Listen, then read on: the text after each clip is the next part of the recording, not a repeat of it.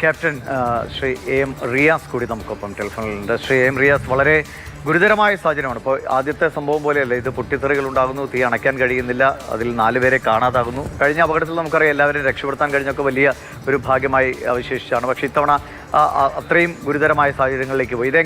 എങ്ങനെ ഉണ്ടായെന്നാണ് അങ്ങയുടെ ഒരു അനുഭവത്തിൽ നിന്ന് മനസ്സിലാകുന്നത്? ഇപ്പോൾ അദ്ദേഹം സൂചിപ്പിച്ച പോലെ കോസ്റ്റ് ഗാർഡ്, നേവിയൊക്കെ കൃത്യമായി ഇടപെടൽ നടത്തി ശ്രമിച്ചുകൊണ്ടിരിക്കുകയാണ് എത്രയും വേഗം ഈ തീ അണച്ച് മറ്റ് നടപടികളിലേക്ക് കിടക്കാൻ. അതിന് എത്ര ഒരു സമയം എടുത്തേക്കാം ഇനി? Good morning everyone.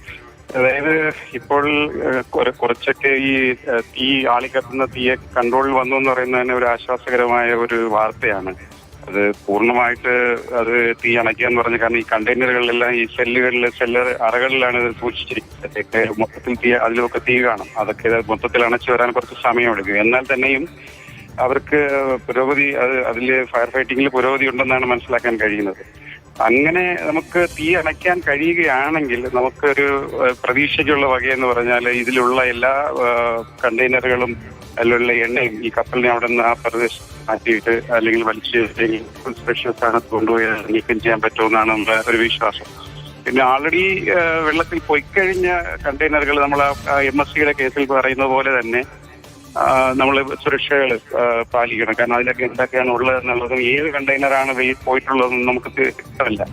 അതുകൊണ്ട് കരയ്ക്കടിയുന്ന കണ്ടെയ്നറുകളെല്ലാം നമ്മൾ മുന്നേ ഈ ദുരന്ത നിവാരണ സേനകളൊക്കെ പറയുന്നത് പോലെ തന്നെ അനുസരിച്ച്, അല്ലെങ്കിൽ പോലീസ് പറയുന്നതൊക്കെ അതിനനുസരിച്ച് കൈകാര്യം ചെയ്യുന്ന കാര്യങ്ങളാണ്. എങ്കിലും ഇപ്പോഴും ഞാനിപ്പോഴും പ്രതീക്ഷ വെച്ച് പുലർത്തുന്നത് പറഞ്ഞാൽ ഇവർക്ക് തീ അണയ്ക്കാൻ കഴിഞ്ഞാൽ നമുക്ക് വളരെ വലിയ ഒരു ആപത്തിൽ നിന്ന് രക്ഷപ്പെടാൻ കഴിയുമെന്നാണ്. Thank you. ഓക്കെ, അങ്ങേക്ക് കേൾക്കാമോ? കേൾക്കാം. ശ്രീ എം റിയാസ്, ഇപ്പോൾ നേരത്തെ ശ്രീ NSK പിള്ളയോട് സംസാരിക്കുമ്പോൾ അദ്ദേഹം പറയുകയായിരുന്നു നമുക്ക് അങ്ങനെ തീ അണച്ചു കളയാൻ കഴിയുന്ന, അല്ലെങ്കിൽ തീ പൂർണ്ണമായും നിയന്ത്രണ വിധേയമാക്കാൻ കഴിയുന്ന ഒരു സാഹചര്യത്തെക്കുറിച്ച് ഇപ്പോൾ അനുമാനിക്കാൻ പോലും കഴിയില്ല. എത്ര കാലപരിധിക്കുള്ളിൽ എന്ന്, അല്ലെങ്കിൽ എത്ര ദിവസത്തിനുള്ളിൽ എന്ന് അനുമാനിക്കാൻ പോലും കഴിയില്ല എന്നുള്ളത്. പരമാവധി ആഘാതം കുറയ്ക്കുക എന്നുള്ളതാണ് ലക്ഷ്യം എന്ന് വിചാരിക്കുന്നു. ഇത് ഇപ്പോഴും അത് ആങ്കർ ചെയ്തിട്ടില്ല, രണ്ടാമത്തേത് അതിൽ ആരും അവശേഷിക്കുന്നില്ല. ഒഴുക്കിനനുസരിച്ച് ചില നോട്ടിക്കൽ മൈനുകൾ മുന്നോട്ട് പോയിട്ടുണ്ട് എന്നൊക്കെയുള്ളതാണ് വിവരം. അങ്ങനെയാണെങ്കിൽ ആ കപ്പലിനെ കാത്തിരിക്കുന്നത് എന്താണ് ആത്യന്തികമായി?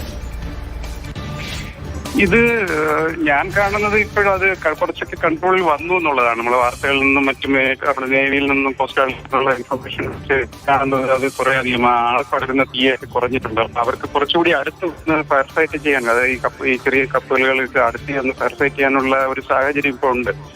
അങ്ങനെയാണെന്നുണ്ടെങ്കിൽ അവർക്ക് അത് കൺട്രോളിൽ കൊണ്ടുവരാൻ പറ്റും. അതിൽ നമുക്ക് പ്രധാനമായിട്ടും നമ്മൾ ആഗ്രഹിക്കുന്ന പറഞ്ഞാൽ ഈ കപ്പൽ മുങ്ങാതെ എങ്ങനെ രക്ഷപ്പെടുത്തുക എന്നുള്ളതാണ്. തീ അണച്ച് കഴിഞ്ഞാൽ നമുക്ക് ആ കപ്പലിനെ അവിടെ നിന്ന് ടോ ചെയ്ത് എങ്ങോട്ടെങ്കിലും മാറ്റുകയും ഈ സാധനങ്ങളെല്ലാം നമുക്ക് നീക്കം ചെയ്യാനും കഴിയും. ഈ പൊല്യൂഷന്റെ ഒരു വലിയ ചാൻസ് ആണ് നമുക്ക് ഉള്ളത്. ഈ MSCയുടെ കേസിൽ നിന്ന് വ്യത്യസ്തമായിട്ട് ഇതിൽ ഒരുപാട് കണ്ടെയ്നറുകളുണ്ട്, ഒരുപാട് കെമിക്കൽസ് അടങ്ങിയ ഡേഞ്ചറസ് ഗുഡ്സ് ഉള്ള കണ്ടെയ്നറുകളുണ്ട്. അതുകൂടാതെ ഈ 2500 ടൺ ഫ്യൂവലുണ്ട്. ഇതൊക്കെ വളരെ വലിയ പാരിസ്ഥിതിക പ്രശ്നങ്ങൾ ഉണ്ടാക്കുന്നതാണ്. അപ്പൊ നമ്മുടെ പ്രതീക്ഷ ഇതാണ്.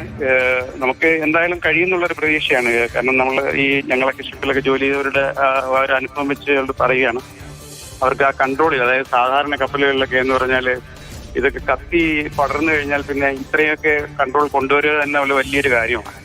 അപ്പൊ ഞാനിപ്പോഴും പ്രതീക്ഷ വെച്ച് പുലർത്തുന്ന പറഞ്ഞാൽ കോസ്റ്റ് ഗാർഡിനും നേവിക്കും ഒക്കെ അത് കൺട്രോൾ ചെയ്ത് തീ അണച്ച് നമുക്കത് രക്ഷപ്പെടുത്താൻ കഴിയുമെന്നാണ് എൻ്റെ ഒരു വിശ്വാസം.